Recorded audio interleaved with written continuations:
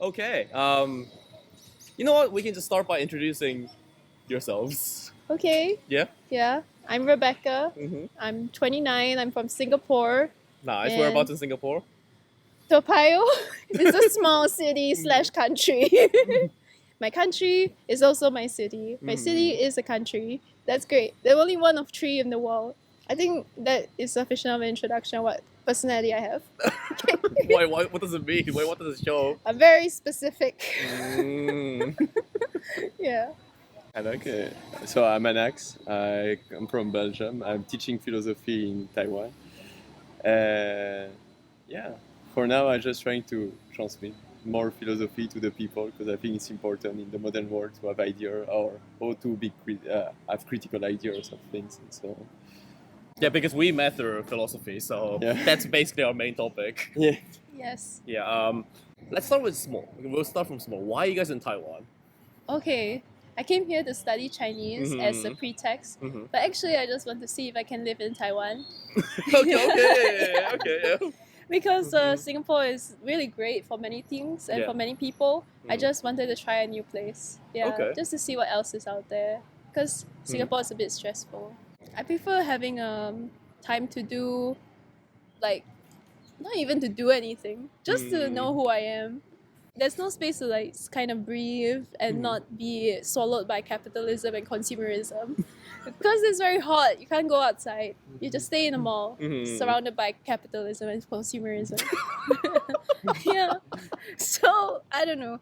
Just stepping out of your country comfort zone to another place for anyone would probably help with that goal anyway. Yeah. Yeah. We're gonna definitely come back to this, but let's talk about a little bit about why. So why are you in Taiwan. Taiwan? So yeah, basically I grew up like partially in Asia, in Singapore, and so I wanted to come back to East Asia, the greater East Asia, like so far north. And when I check Google Map and going to Google Street, it gave me Singapore vibe, like Taiwan. the mixing between like Chinese / Hokkien culture plus like the tropical vibe of the island, and so it gave me like some vibe of my childhood. So I just like end up deciding Taiwan, kind of this, and also for the language because I thought that Chinese is also a more spoken language. There's more people speaking Chinese in the world in general, so I thought it was also more beneficial in terms of language. So those two combined like makes me another reason. That was the main two. All right. Okay. So we're gonna dive in because there's 2 philosophy people, so I'm not worried about going in straight away. So Nice. what motivates you? Oh, in what? That's up to essence? you to answer. Wow.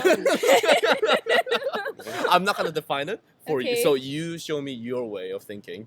What motivates us? I mean, I think maybe you can go first because sure. you seem to know. For me, it's like knowing more things about the world in general.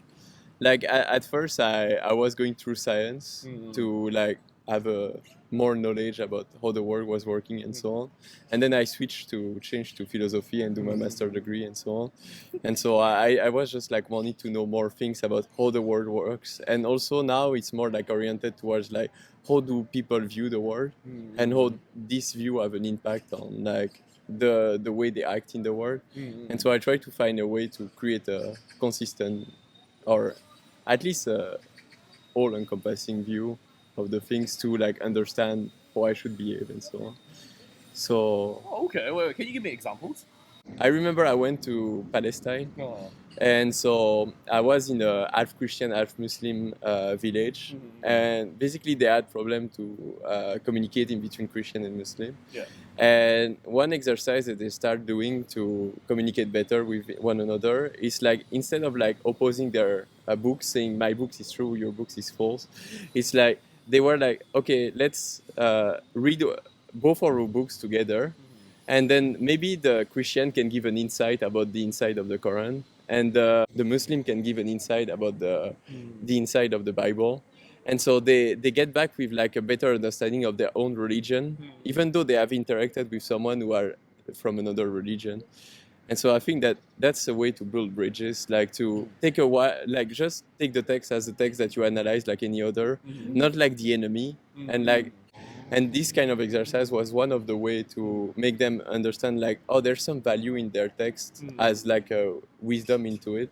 Like you don't have to dismiss it, and you don't also have to praise it like it's God message or something to agree or on some messages that are inside. And so in a way that make them more like open-minded. And so that helps also like to be less like, oh, those damn Christian or oh, those damn Muslim.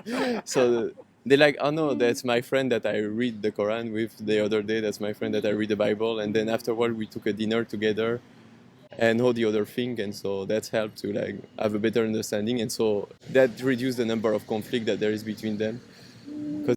That's what motivates you Yeah, more. yeah, because like there's a lot of conflict in the world, like even between individuals that are in the same culture. And so I feel like most of those conflicts come from like a worldview or something. Like, oh, I view the world like this, and you view the world like this. And since I think that if I let you be right, at least slightly, that my thing is false, then I want to destroy it. And I think like the goal, at least for me, it's like to acknowledge like the bit of truth that there is everywhere, to have a better idea of the overall truth. It's like the famous example in philosophy in the Plato's dialogue of the Theaetetus and the Metaphysic Gamma of Aristotle is like the wind is warm and cold. Yeah. So you can have two people outside. I'm from Belgium, so my ancestors are more used to cold. She's from Singapore, so her ancestors are more used to warmth. So when it's about 20 degrees, she probably say, oh, it's cold. And I probably say, oh, it's quite nice here. It's warm. And so we don't have to oppose each other and being like, no, it's definitely only cold. It's definitely only warm. But we can like set up by saying like, yeah, a part of the world see that weather as cold and the part of the world see that weather as warm. And so now we understand that the wind is cold and warm, but in different circumstances. And your passion is to bridge those differences and to actually coming together to understand deeper. Yeah, the more we put them together, the more we can like have a better understanding and more peace in between people. I see. Damn. Okay. Are you yeah, are you yeah. ready for your answer? Yeah. Okay, thanks. That's so cool. It's really cool. Yeah. So for me, Okay. I think it's still kind of the first time really like putting it into words. But I think my life mission is something like I want to put the skill of like emotional maturity into the general population. Like, Okay. Yeah. yeah, I think like a lot of people they live their entire lives not knowing who they are because most of what they think that they are just the parts that are conscious. But the parts that are not conscious, the parts that they put into like a silent mode or in a box just because they cannot bear to look at it. The only reason that they don't know how to look at those things is not that those things are bad inherently, but that they haven't trained the muscle to be emotionally able to handle that part of them.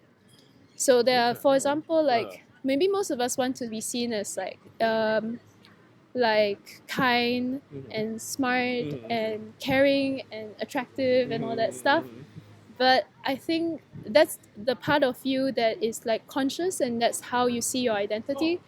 Then the other parts of you that are selfish or not always kind and maybe you lied sometimes, maybe you like did wrong things to people. Like those parts of us we say like, oh, that's not really who I am, that I wasn't in a good mood or like something bad happened. But the thing is like when you do that, you put like a band-aid over your feelings and then you try to forget it. But you spend your whole life trying to forget it because you can't actually forget things that you remember, like at least in the emotional way. And I think because of that, a lot of people end up hurting other people. Like they try to escape those things that they cannot accept in themselves by externalizing all the badness that they feel about themselves onto someone else. Yeah. So by the way, I study psychology. Oh yeah. So yeah, that's why partly is that. And I also studied things outside of psychology, like the internal family system, and that's like just a different way to look at your internal world. And I think that way is very accurate, but for some reason it's not really easily. It's not like taught to people. So I think it should be taught to everyone. Everyone should be like they deserve the skill to know who they are and to know like how to handle all those different conflicting parts inside them, and then move through the world without like demanding that other people put up this facade with them, like play the facade with them.